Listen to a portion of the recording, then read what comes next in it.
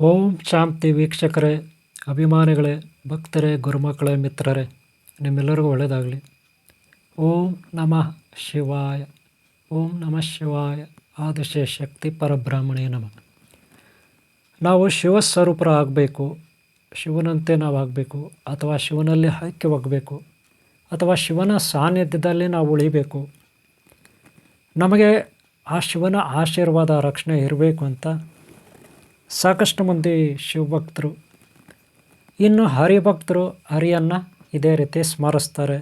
ಹಾಗೆ ಹನುಮಾನ್ ಭಕ್ತರು ಹನುಮಂತನನ್ನು ಸ್ಮರಿಸ್ತಾರೆ. ಹಾಗೆ ಶ್ರೀರಾಮಚಂದ್ರ ಪ್ರಭು ಭಕ್ತರು ಶ್ರೀರಾಮಚಂದ್ರ ಪ್ರಭುವನ್ನು ಸ್ಮರಿಸ್ತಾರೆ. ಇಲ್ಲಿ ಈಗ ನಾವು ಶಿವ ಸ್ವರೂಪರಾಗಲಿಕ್ಕೆ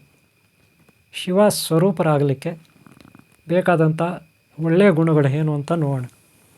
ಸಾಕಷ್ಟು ಮಂದಿ ನಾನು ಶಿವನಂತೆ ಶಿವಸ್ವರೂಪನಾಗಬೇಕು ಈ ರೀತಿ ಕನಸು ಕಾಣ್ತಾರೆ.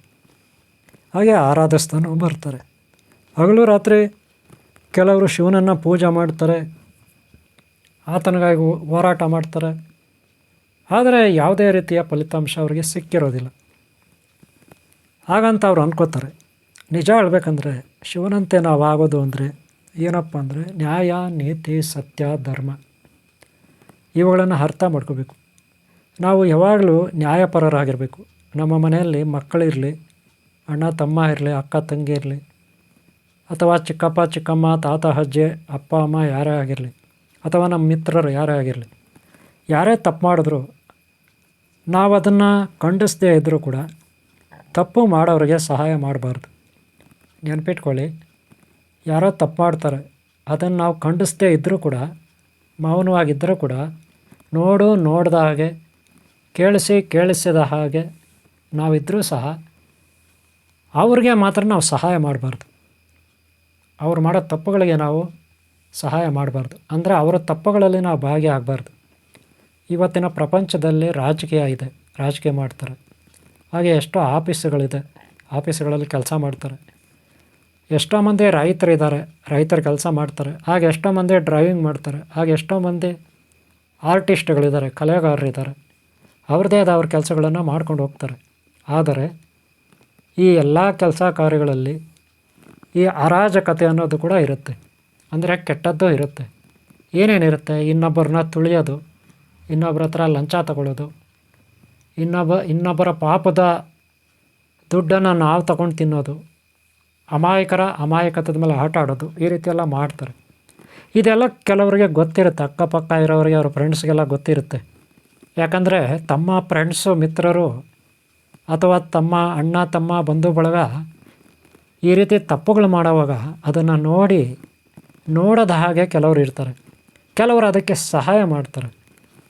ಅದು ಯಾವುದೋ ಪೊಲೀಸ್ ಸ್ಟೇಷನ್ ಇರ್ಬೋದು, ಯಾವುದೇ ಕೋರ್ಟ್ ಇರ್ಬೋದು, ಯಾವುದೇ ಆಫೀಸ್ ಇರ್ಬೋದು, ಅಥವಾ ಇನ್ಯಾವುದೋ ಕಂಪನಿ, ಟ್ರಾನ್ಸ್ಪೋರ್ಟ್ ಕಂಪ್ನಿ ಇರ್ಬೋದು, ಯಾವುದೋ ಹೋಟೆಲ್ಲು, ಅಂಗಡಿ ಇರ್ಬೋದು, ಹಾಸ್ಪಿಟಲ್ ಇರ್ಬೋದು.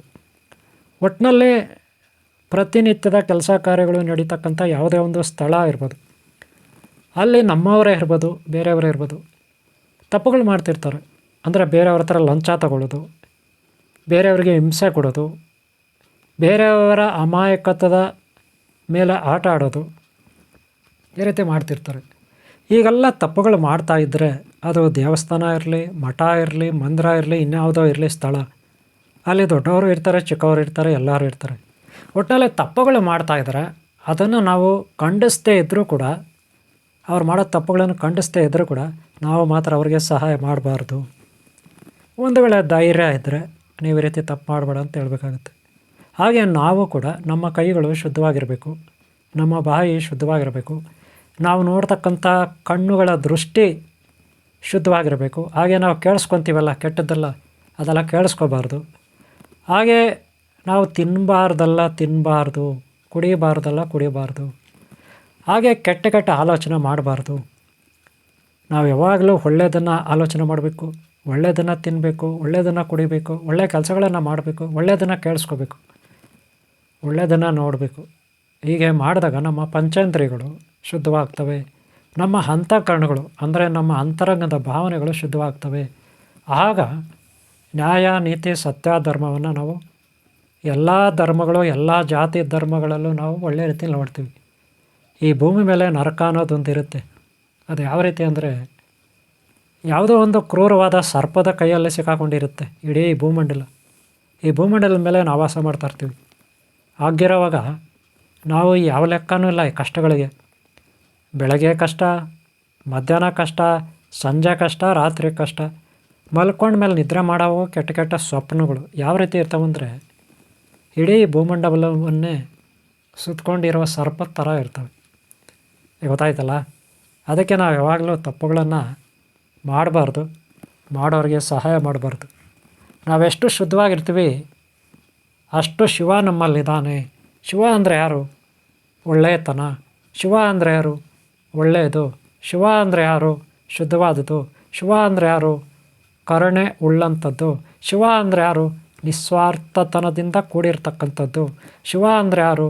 ಮಹಾಬಲಶಾಲಿ, ಮಹಾಧರ್ಮನಿಷ್ಠ, ಮಹಾಯೋಗಿ, ಆದಿಯೋಗಿ ಅಂತ ನಾವು ಶಿವನನ್ನು ಕರಿತೀವಿ. ಹಾಗೆ ಸರಳವಾದ ಸುಂದರವಾದ ಜೀವನವನ್ನು ಮಾಡ್ತಕ್ಕಂಥ, ಯಾವುದೇ ಆಡಂಬರ ಇಲ್ಲದೆ ಜೀವಿಸ್ತಕ್ಕಂಥ, ಸದಾ ಯೋಗಿಗಳಿಗೆ ಗುರುವಾಗಿರ್ತಕ್ಕಂಥ ಆ ಪರಮೇಶ್ವರ ಶಕ್ತಿ ಶಿವ ಅಂತ ಕರಿತೀವಿ. ಆ ಶಿವ ಬೇರೆ ಎಲ್ಲೂ ಇಲ್ಲ, ನಮ್ಮಲ್ಲೇ ಇದ್ದಾನೆ. ನಮ್ಮ ಶರೀರದ ನರ, ನಾಡಿ, ಮಾಂಸ, ಮೂಳೆ, ಅಣುರೇಣು ತೃಣಕಾಷ್ಟದಲ್ಲೂ ಆ ಭಗವಂತ ಇದ್ದಾನೆ. ಆತನನ್ನು ಕಂಡ್ಕೋಬೇಕಾದ್ರೆ ಕುಂಡಲಿನಿ ಯೋಗ ಸಾಧನೆ, ಸಪ್ತಚಕ್ರಗಳ ಯೋಗ ಸಾಧನೆ ಇದರಲ್ಲಿ ನಾವು ಕಂಡ್ಕೋಬೋದು.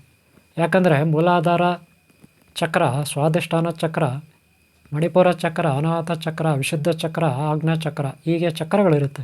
ಒಂದೊಂದು ಚಕ್ರದಲ್ಲೂ ನಾನಾ ರೀತಿಯ ದೇವತೆಗಳು, ಉಪದೇವತೆಗಳು, ಹಾಗೆ ಬೀಜಾಕ್ಷರ ಮಂತ್ರಗಳು, ಹಾಗೆ ಶಾಕಿನಿ, ಡಾಕಿನಿ, ಆಕಿನಿ, ಕಾಕಿನಿ ಇತ್ಯಾದಿ ಉಪದೇವತೆಗಳು, ಶಕ್ತಿಗಳು, ಹಾಗೆ ವಿಘ್ನೇಶ್ವರ ದೇವನಿಂದ, ಕುಮಾರಸ್ವಾಮಿಯಿಂದ, ತ್ರಿಮೂರ್ತಿ ತಿಮ್ಮಾತೆಯರಿಂದ ಸಕಲ ದೇವತಾ ಶಕ್ತಿ ಈ ಕುಂಡಲಿನಿ ಸಾಧನೆಯಲ್ಲಿ ಇರುತ್ತೆ.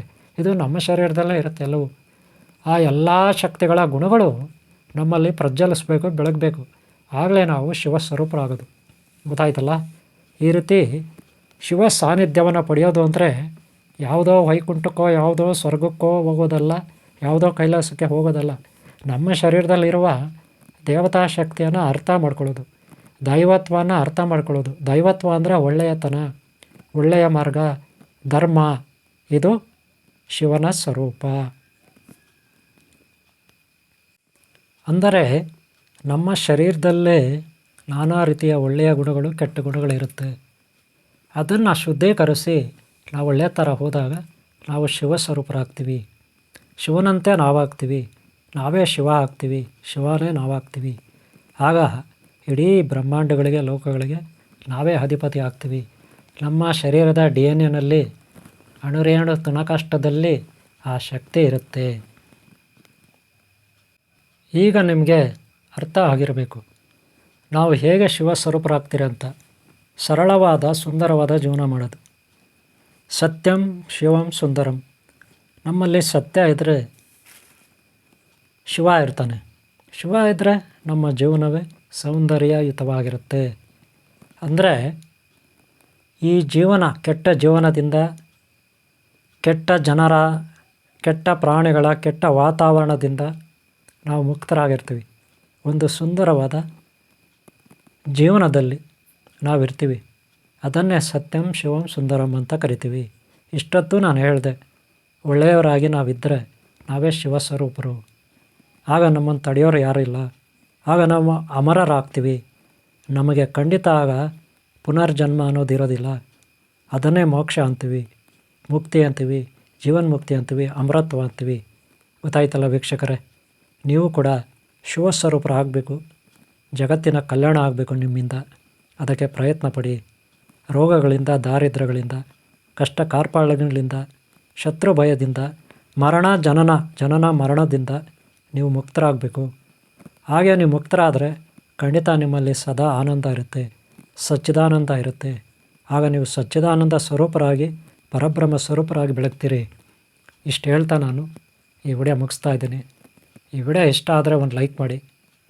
ಮತ್ತು ನಿಮ್ಮ ಈ ಲೈಕು ನನಗೆ ಮುಂದಿನ ವೀಡಿಯೋ ಮಾಡಲಿಕ್ಕೆ ಪ್ರೋತ್ಸಾಹ ಆಗುತ್ತೆ. ಮತ್ತೆ ನಾನು ವೀಡಿಯೋ ಮಾಡ್ಬೋದು.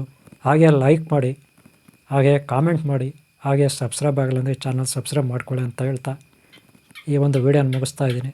ನಿಮ್ಮೆಲ್ಲರೂ ಒಳ್ಳೆಯದಾಗಲಿ. ಓಂ ಶಾಂತಿ, ಓಂ ಶಾಂತಿ, ಓಂ ಶಾಂತಿ.